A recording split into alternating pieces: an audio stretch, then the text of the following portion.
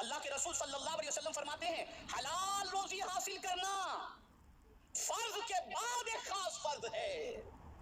Sources of education ہونے کے باوجود آج ہماری نوجوان نسل تعلیم کی طرف نہیں بڑھ رہی. ہمارے ملک کی پوزیشن آئی ٹی کی فیلڈ کے اندر اس وقت دنیا کی نمائندگی کرنے والی پوزیشن ہے. 100 کے رینکس کے اندر ہندوستان کی 5 بڑی یونیورسٹی کا نام آتا ہے.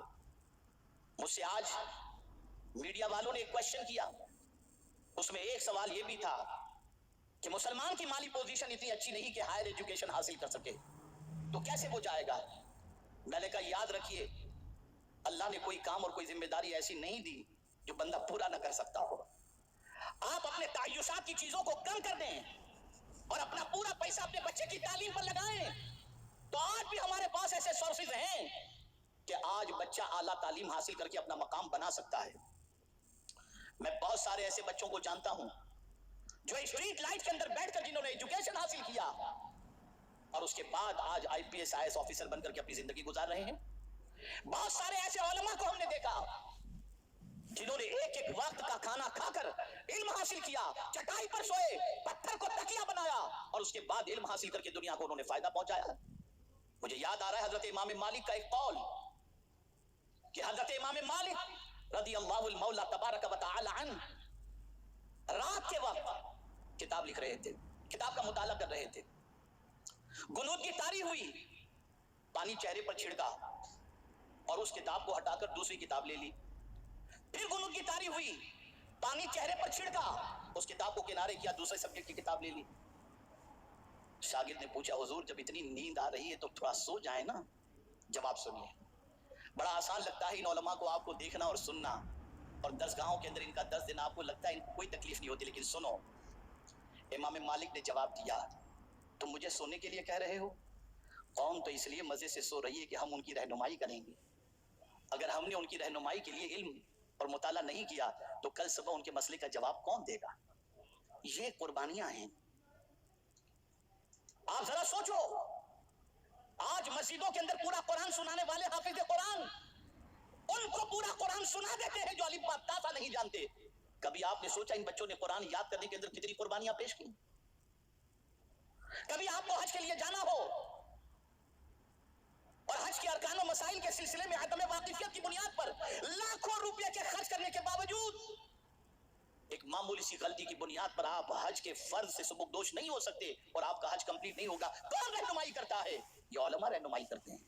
لیکن سوچ بگاڑ دی گئی, مینٹلٹی بگاڑ دی گئی, فکر کے اوپر یلغار آئی اور آج کا پیدائشی مسلمان علماء پر کرٹیسائز کر رہا ہے, علماء کے لیے بدگوئی کر رہا ہے.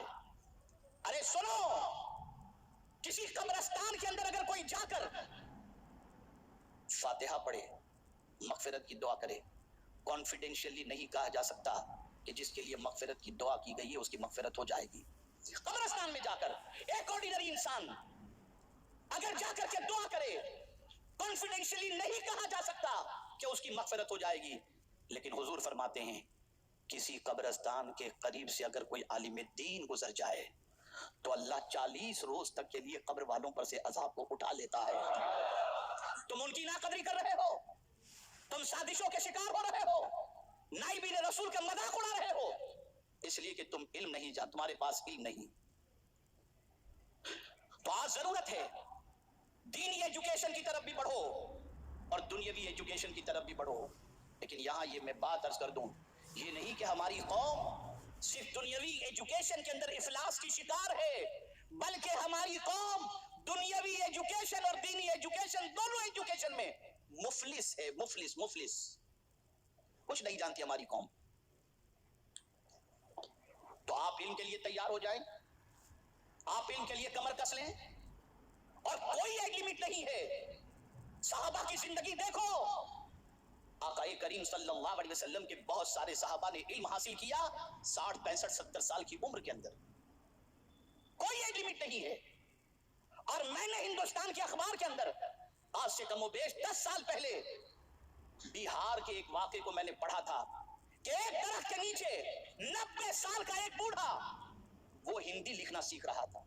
آج بہت سارے مسلمانوں کو قرآن پڑھنا نہیں آتا، بہت سارے مسلمان قرآن سیکھنے کے لیے بھی تیار نہیں، دین سیکھنے کے لیے بھی تیار نہیں، اور دنیا سیکھنے کے لیے بھی تیار نہیں۔ تو پہلا اسٹیپ ایجوکیشن کی طرف آپ کو قدم بڑھانا ہے، اور یہی وہ راستہ ہے کہ رسول رحمت صلی اللہ علیہ وسلم ارشاد فرماتے ہیں جو علم کے لیے قدم بڑھاتا ہے اللہ اس کے لیے جنت کا راستہ آسان کر دیتا ہے۔ تو آج کے بعد کوئی بھی نوجوان اپنے آپ کو جہالت کی وادی کے اندر نہ رکھے، ورنہ کل کون تمہیں اغوا کر کے تم سے غلط کام کروا کر جیل کی سلاخوں کے پیچھے ڈلوا دے، تمہیں اس کا ہوش بھی نہیں ہوگا۔ اس کا علم حاصل کرو۔ اب اس کے بعد کوئی بھی نوجوان بے روزگار نہ رہے، مفت خور نہ رہے، جو بھی جائز کمائی کا ذریعہ اسے ملے وہ اس جائز کمائی کی طرف قدم بڑھائے، ناجائز قطعی طور پر نہیں۔ 2000 والا موبائل استعمال کرنے کو ملے کوئی پرابلم نہیں، لیکن حرام کی کمائی کے ذریعے کوئی بھی آئی فون استعمال کرنے کا شوق اپنے اندر پیدا نہ کرے، کمائے تو حلال۔ اب آئیے میں تھوڑا سا حلال روزی کی طرف آپ کو بتاؤں، اور یہ پیغام صرف نوجوانوں کے لیے نہیں حلال روزی سے متعلق ہر اس کاروباری کے لیے ہے جو تجارت کے اندر اپنی قسمت آزمائی کر رہا ہے۔ آئیے آقا کریم صلی اللہ علیہ وسلم کا ارشاد میں آپ کی سماعتوں کے حوالے کروں۔ اچھا یہاں یہ بھی بتا دوں کہ بہت ساری جماعتیں ایسی بھی ہیں جو 4 مہینے کے لیے لے کر نکل جاتی ہیں، کاروبار چھوڑو، ایجوکیشن چھوڑو، اور میرا مولا کیا فرماتا ہے؟ کس دن کے لیے فرماتا ہے؟ جمعہ سید الایام، سید الایام۔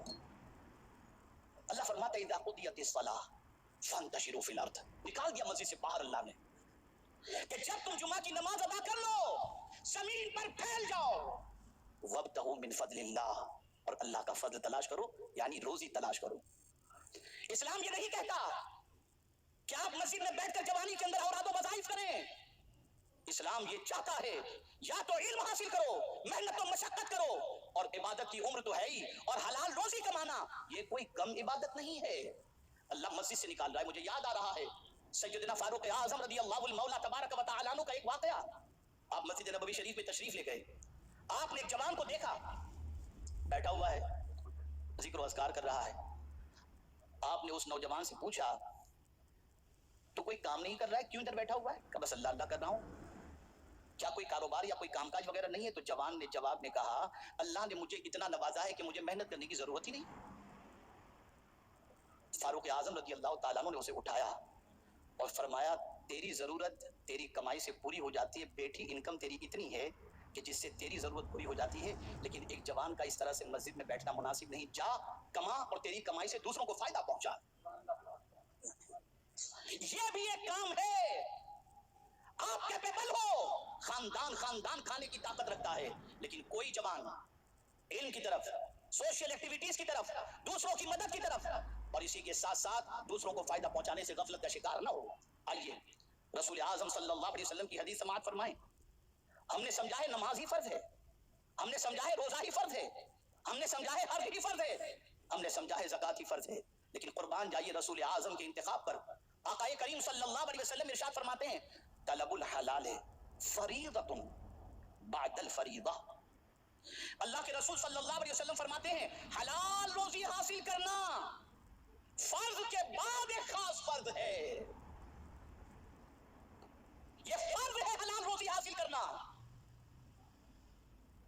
تو جب بھی کمانے کے لیے نکلو حلال روزی کمانے کے لیے نکلو، حرام کی طرف کبھی توجہ مت دینا۔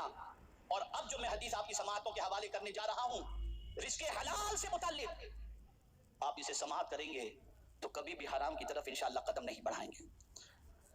حضرت ابو ایوب انصاری رضی اللہ تعالیٰ عنہ سے مروی ہے کہ حضور صلی اللہ علیہ وسلم نے ارشاد فرمایا جو مال و دولت حلال طریقے سے اس لیے کمائے، ریزن بھی بتایا حضور نے، کمانے کا ریزن بھی حضور نے بتایا، جو مال و دولت حلال طریقے سے اس لیے کمائے کہ بھیک مانگنے سے بچے، اور اس لیے کمائے کہ اپنے اہل و عیال کو خوش رکھے اور اپنے پڑوسی پر مہربانی کرے، وہ اللہ تعالیٰ سے اس حال میں ملاقات کرے گا کہ اس کا چہرہ 14ویں کے چاند کی طرح چمکتا ہوگا۔ حلال کما رہا ہے